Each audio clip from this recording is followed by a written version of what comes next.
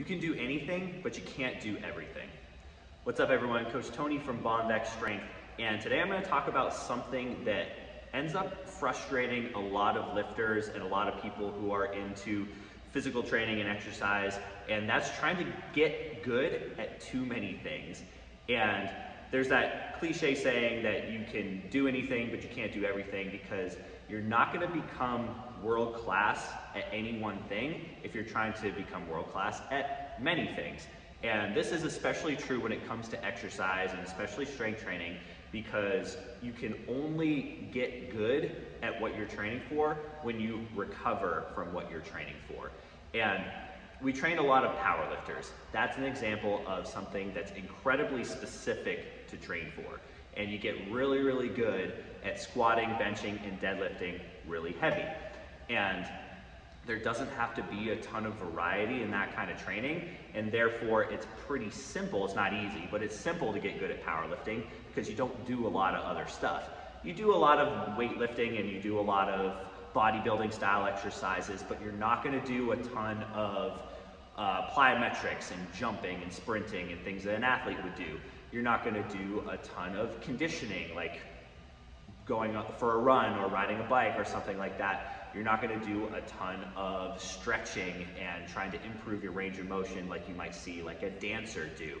It's pretty easy to just hone in and get really, really good because there's not that much stuff you have to be good at.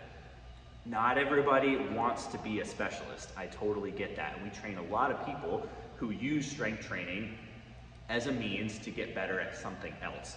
I was a sports performance coach for a long, long time, and team sport athletes or individual sport athletes use strength training to increase their potential to be more athletic.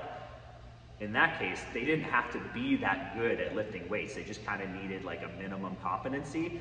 So for a lot of those athletes, if their PRs in their training lifts or whatever weren't going up all the time, or lifting wasn't going as steadily up and making incremental progress, a lot of them understood that it was just a means to an end anyway, so they didn't get pissed off if their weight room progress wasn't that good.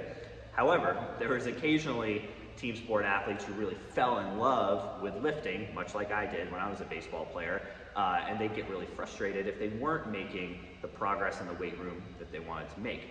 And I would have to remind them that lifting was just a means to an end, and they had all these different physical activities that were competing for recovery resources. They had their sports practice, they had their competitions, their games. Those are very demanding physically. They probably had some sort of conditioning that they were doing either at practice or with a separate coach.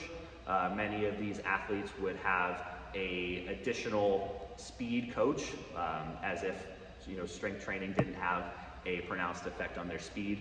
But anyways, you can see there's all these different physical activities that are competing for recovery resources. And especially if you are doing heavy strength training, if you're doing intense conditioning, things like doing intervals on the bike or pushing a sled or hill sprints or something like that. And then most team sports are very fast and powerful in nature. All those things use what's called the same energy system. So the way that your body produces ATP, which is your body's energy currency, for all those powerful, robust, intense exercise methods, you're pulling from the same energy system. So a lot of times, sprinting, lifting weights, playing your sport, it's kind of all the same in terms of the type of activity, and they're all very recovery intensive. It's not like going out and going for a leisurely run or a bike ride or something that you can do for long durations, multiple days in a row. Your body needs time to recover, both from an energy system standpoint. We call it energy substrates. You have to rest, you have to eat, you have to replenish the fuel that your body stores in order to do those exercises. And then there's kind of the orthopedic recovery as well. Your muscles, your joints, your tendons, your bones, all those things get worn out to a certain degree when you train hard. So those all need to recover too. So I think it's important to remember that whatever it is your physical endeavor is, that if you are not interested in being highly specific in any one thing, you have to accept the fact that you're probably not going to be world class at anything that you do, and that you have to have balance in your programming. You have to temper your expectations as far as how good you're gonna be at any one thing, and you have to remember to rest and recover.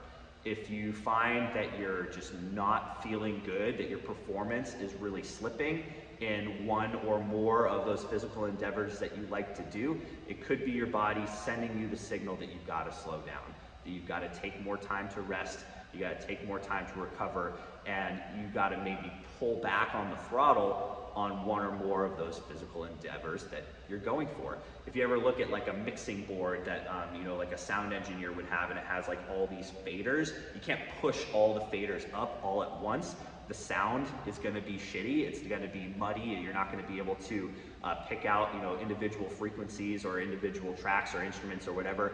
You kind of like move the faders in and out so that you can emphasize one thing or the other at any one time. So you can't just blast all the faders up to 11, you got to have some sort of balance. So while it would be great if we could be awesome and world-class at everything, when it comes to physical exercise, that's just not the case, because we all are human, we're not robots. We need to recover from the physical activity that we do. So you can do anything, but you can't do everything. Sad truth. Sorry guys.